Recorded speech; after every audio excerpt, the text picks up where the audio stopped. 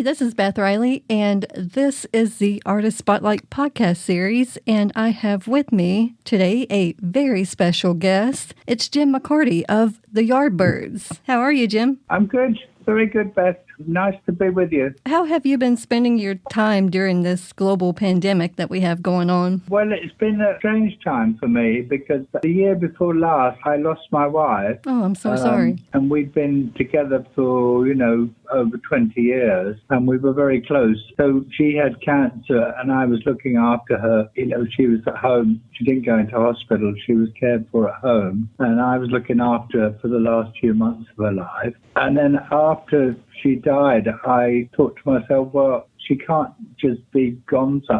She must be around somewhere. And I spoke to various people that had actually dreamt about her, and someone I knew vaguely had actually seen her in a place near here with me as well, which was very odd. So I thought she must be around. So I decided to really investigate. So I looked at lots of YouTube documentaries on near-death experiences, and I actually, in the end, I studied a course to be a medium from a woman called Suzanne Giesman, who's a famous medium in America. I did a Zoom course, which was good in the lockdown, of course, and I learned all the different methods of how to proceed, how to communicate, and I did actually manage to communicate with my wife quite well, so I was quite happy about that. That's been an ongoing thing. I seem to be able to communicate on a very subtle level with her sort of every day. So I decided to write a book. Mm-hmm. I'd already done one book called Nobody Told Me, about my life, in the Yardbirds and other bands I've been in, and, as a child, how I got into playing music and stuff. And I wrote that with a guy called Dave Thompson, who's English, who lives in America, and he's a real rock writer. So I asked him if he fancied doing this book. And of course, I was very surprised when he said, oh, yes, I love all that stuff. So we did a sort of book about my experiences and my experiences during my life and my interest in the paranormal and, all the things we talked about when I was in the Yardbirds and past that time, other things I was interested in. And it was always a big interest of mine. And then, of course, I was really hit firmly in the face with it, and I had to investigate myself and really find out what was happening. So it's been quite a journey, I must say. Yeah, sounds like it. So the title of the book is She Walks in Beauty. How did you come up with that title? I had a postcard from somebody. It was really beautiful, and it was a picture. It's actually on the front of the book. I don't know if you have the book, but it's the cover of the book, and there's a woman on the front in the middle of a sort of forest and flowers with butterflies and birds and things. And this is how I imagined that she was, because all the signs I've got from her, she's communicated with butterflies and birds and feathers and all that sort of thing. She always loved beauty. It was a famous poem by Lord Byron, She Walks in Beauty, which I discovered a few years ago, and I thought it was a very beautiful poem, and I just thought, oh, this is so apt, She walks in beauty in my quest for the bigger picture, which it was, I'm finding more and more about the bigger picture every day. We'll never know until we actually pass over ourselves. Right. We can only really imagine and, go from other people's stories for what happened to them, when they came back to life, which is very interesting. And it seems like it's quite an incredible place to go. Mm-hmm. And it seems that it's full of love.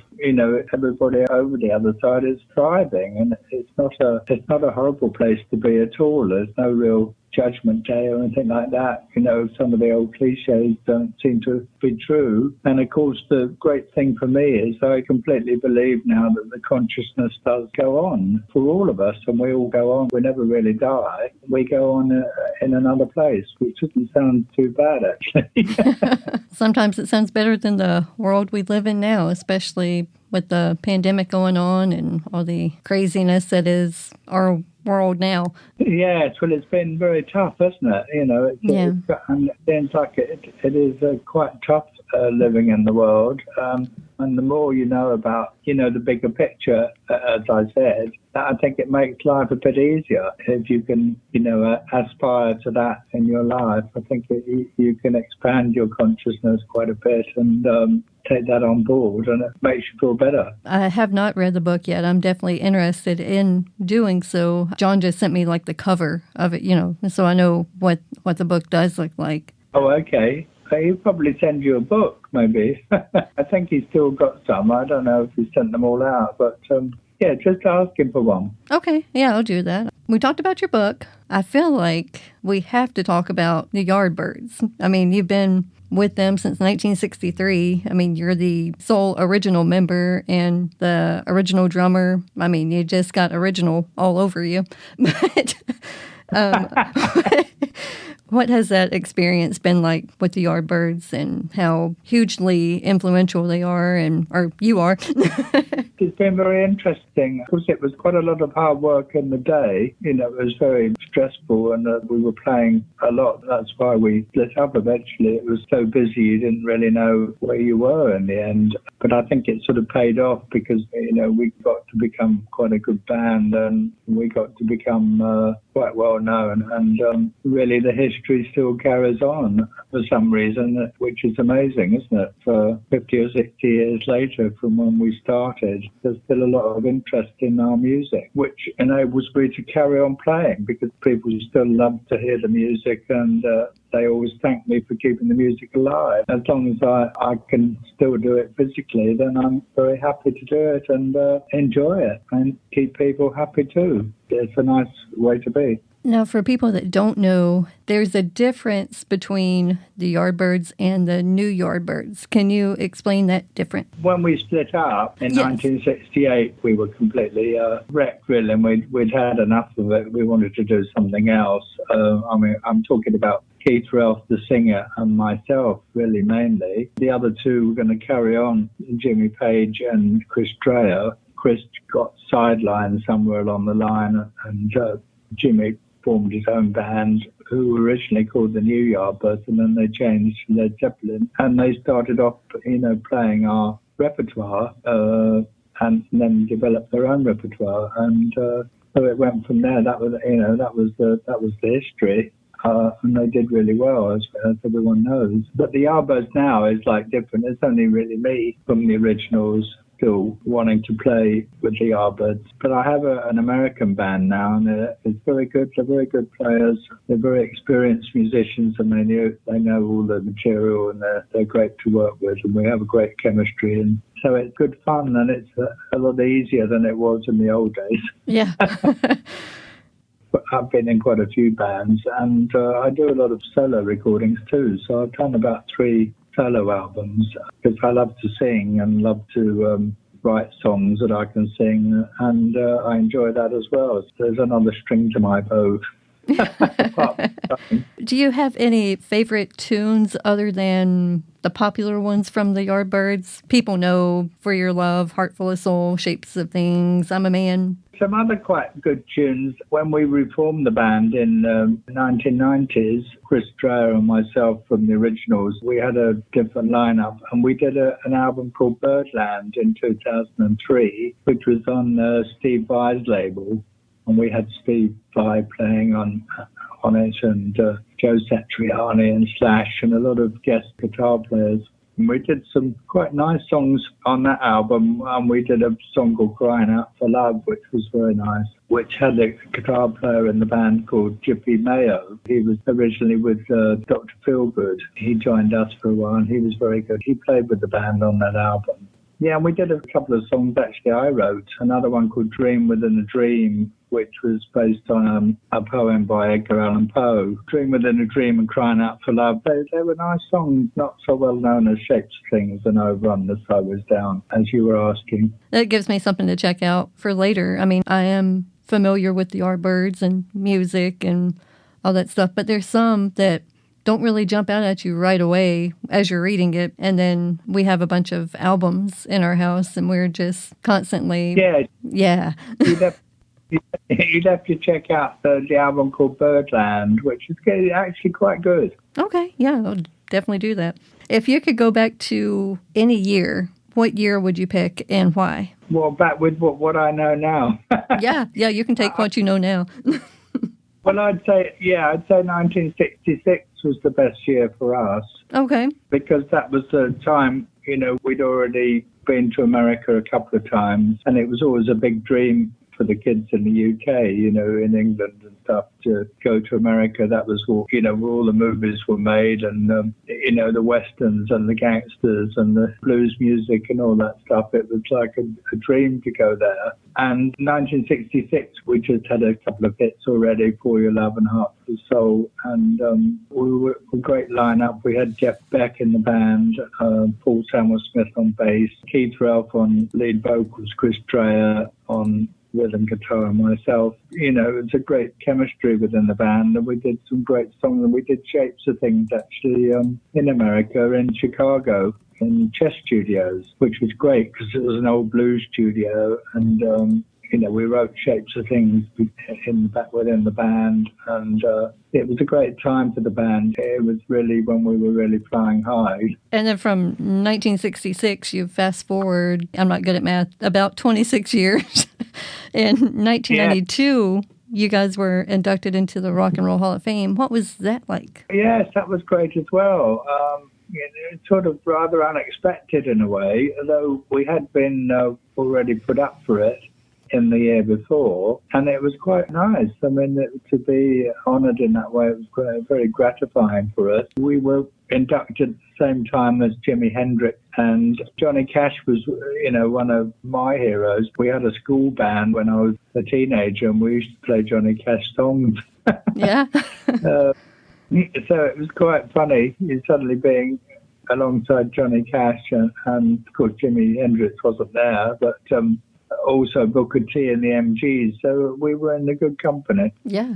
Now, is there an artist that you haven't worked with yet that you'd like to? I'm trying to think obviously someone that's alive. I'm not sure. Yeah, there probably is. I can't think of what one particular guy, but... Or you could even say somebody that's no longer here with us. I mean, that's fine too. I mean, somebody that you missed out on working with that you would have liked to. Would have been nice working with Jimi Hendrix. Yeah. Well, it was always great working with Jeff. Jeff Beck was great. He was quite difficult to work with because he was very temperamental, but such a great player. You never knew what he was going to play. Yeah. But Jimmy would have been great. Maybe some of the jazz people, I always liked Joe Morello, that played, he was a jazz drummer. I suppose I couldn't play double kit with him. Yeah. Yeah, it was good fun. But he was with Dave Brubeck, and Dave Brubeck had a nice band. I wouldn't mind playing with Dave Brubeck. That would be fun. But of course, he's dead now as well. Yeah, just in the last couple of years, we've lost a lot of good musicians. I mean, it's just been like a crazy thing that's happened. Yeah, it seems to go on and on, that, doesn't it? Yeah. I always get worried when all these people are younger than I am. I think, oh my God. Death does not discriminate, I found out. I mean, it's just... That's right. Yeah. Some people are lucky than others, aren't they? Mm-hmm, absolutely. If you could take 3 to 5 albums with you on a desert island, could you pick 3 to 5 albums to take with you? Yeah, I'd probably take Pet Sounds. Beach Boys. Pet Sounds by the Beach. I know it sounds weird. No, my husband does a syndicated surf show, and he is a huge Beach Boys fan, and I have become a huge Beach Boys fan. Oh, okay. Well, yeah, I would take that, and I would, of course, take Sgt. Pepper's, which is a fantastic album, and got fantastic memories for me. Maybe Abbey Road as well, actually. Yeah. Can never have too many Beatles albums. No, and let me see, maybe East West, that was always great by Paul Butterfield. Mm-hmm. And Take 5 by Dave Brubeck. So I would take those 5 albums, which are all, they're all in the past, aren't they? Hey, yeah, that's the best music. Classic, yeah. What they're coming out with now is different than, 20, 30 years ago when there was actual music coming out. Well, yeah, it's a bit difficult to understand some of the modern stuff. There probably are some great bands, but, Oh, yeah. It's difficult to hear them, isn't it? Yeah, it is, without a doubt. So is there anything else coming up for you music-wise? I know you just did the She Walks in Beauty book. You did that. But music-wise, anything coming up for you? We're due to come to the States the end of March. We're booked on the Flower Power cruise, which runs the end of March out of Miami. We played that before. Presumably it will still happen. And then we've got a few dates up on the East Coast around New York, Philadelphia area. So that's sort of in the book. So we'll see. It's been an odd time, hasn't it? Yeah. And that would be the first time we played for a couple of years. Last time I was in America, last date was in Seattle, and that was 2020, around about January, February. Yeah, so right before the pandemic hit. Yeah, just before it. Yeah. So if people wanted to find out more about you, do you have a website or social media, anything like that, where people can go to find out more information about you? Oh, yeah, there's a website, jamesmccarty.com. I think it's a bit confusing. There is another Jim McCarty that plays from Detroit. He plays the lead guitar. But jamesmccarty.com is my website, and then I have a Facebook page, Jim McCarty Facebook page, and singer-songwriter and drummer, Jim McCarty, on Facebook. So I have a couple of pages. Yeah, hey, nothing wrong with that. Well, Jim, I want to thank you so much for your time and taking the time out to chat with me today. It's been an absolute pleasure. Oh, good. My pleasure too, Beth. It's been very nice talking to you.